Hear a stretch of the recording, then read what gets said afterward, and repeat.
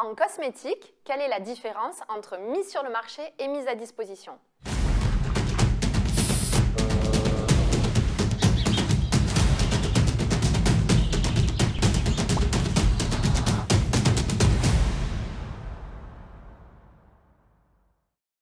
Bonjour à tous, vous êtes très nombreux à nous interroger sur la différence entre date de mise sur le marché et date de mise à disposition. Alors découvrons ensemble ce que recouvrent ces deux notions clés. D'abord, les définitions. La mise sur le marché, c'est le moment où la personne responsable cède le produit à ses distributeurs ou aux consommateurs en cas de vente directe. Et chaque produit cédé correspond à une nouvelle mise sur le marché.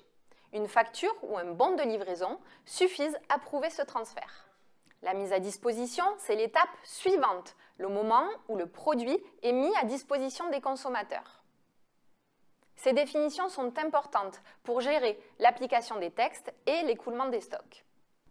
Illustration avec le règlement allergène. Le 31 juillet 2026, c'est la date limite pour mettre sur le marché des produits avec l'ancien étiquetage. Après cette date, tous les produits doivent porter la nouvelle liste étendue des allergènes, et ce, même s'ils ont été fabriqués avant. En cas de sous-traitance, cette date s'applique aussi aux personnes responsables, qui doivent alors anticiper pour que tous les produits avec l'ancien étiquetage soient cédés aux distributeurs avant le 31 juillet 2026. Et le 31 juillet 2028, soit 2 ans plus tard, c'est la date limite pour la mise à disposition. C'est la fin de l'écoulement des stocks de produits non conformes. Les distributeurs ne pourront plus vendre ces produits qui devront être retirés des rayons. Qu'en est-il des professionnels qui utilisent les produits dans le cadre de leurs prestations, comme les coiffeurs ou les esthéticiennes? Regardons un cas récent, le TPO. C'est un ingrédient dont l'usage est réservé aux professionnels utilisés pour les ongles artificiels. Classé toxique pour la reproduction, il est interdit depuis le 1er septembre 2025 avec une date unique pour la mise sur le marché et la mise à disposition. Cela signifie que personnes responsables et professionnels ne peuvent plus céder ni utiliser des produits contenant du TPO, même s'ils ont été achetés avant cette date. La DGCCRF puis la Commission européenne ont publié sur leurs sites internet respectifs des consignes claires à ce sujet. Découvrons en pratique comment les sociétés gèrent de tels changements. Concernant le TPO, nous, on a agi tout de suite parce qu'on savait que c'était un ingrédient qui allait impacter très fortement notre portefeuille de produits. Donc, dès l'annonce du projet de l'ATP 21 en mars 2023, on a tout de suite réagi, on a recensé l'ensemble des produits qui étaient concernés par la présence de cet ingrédient et on a initié les demandes de reformulation auprès de nos sous-traitants. Ces reformulations, elles ont demandé un certain laps de temps parce qu'il y avait différentes étapes à respecter. On a dû revalider des soumissions labo, relancer des tests de stabilité, certains tests de compatibilité aussi, pour assurer des produits toujours de qualité pour nos clients. Et après cela, on a dû remettre à jour, bien évidemment, l'ensemble des évaluations de la sécurité pour assurer des produits toujours sans danger pour le consommateur. Quelles sont les principales difficultés rencontrées? Alors, l'interdiction du TPO, il a été dur en termes de gestion des stocks parce qu'on avait justement une date d'interdiction de mise sur le marché et de mise à disposition qui était la même. Donc, pas d'écoulement, pas de délai d'écoulement des stocks.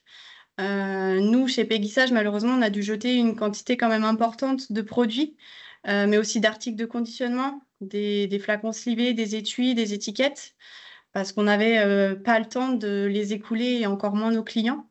Et ça a été aussi compliqué pour nos clients, nos distributeurs, nos boutiques, parce qu'elles n'ont pas beaucoup de temps aussi pour réagir et se réapprovisionner, tout simplement parce qu'on n'avait, nous aussi, pas la disponibilité sur les nouveaux produits pour qu'ils les recommandent.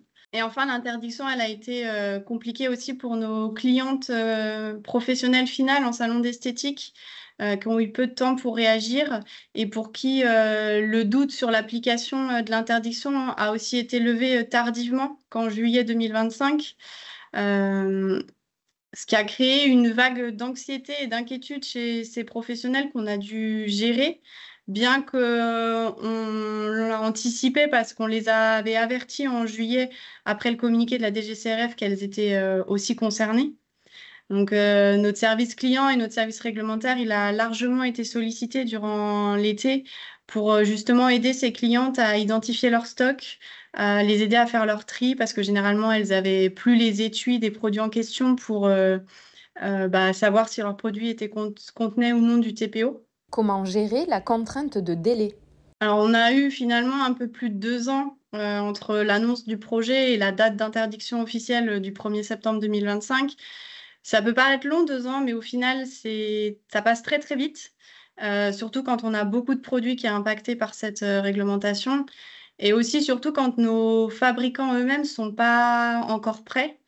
Faut savoir que nous, pour certains, le sujet, il a été pris en réelle considération qu'au début de l'année 2024, quand on a été sûr que le projet, il était voté et publié. Donc ça a laissé après quasi 1 an et demi pour réagir, ce qui peut être compliqué en termes de délai.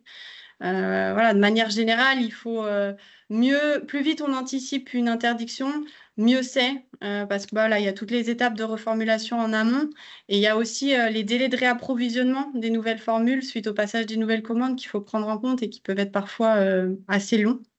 Et puis toute la logistique administrative, la communication, les emailing en interne, externe qui sont à gérer. Tout ça, ça mobilise un nombre de services conséquents dans une entreprise et souvent sur des durées à long terme. Vous pouvez retrouver toutes ces définitions et délais sur Cosmetveille. Retrouvez également toutes les actualités lors de la masterclass réglementaire du 9 octobre prochain. Merci de nous avoir suivis et à très bientôt pour un nouveau point sur l'actualité réglementaire en cosmétique.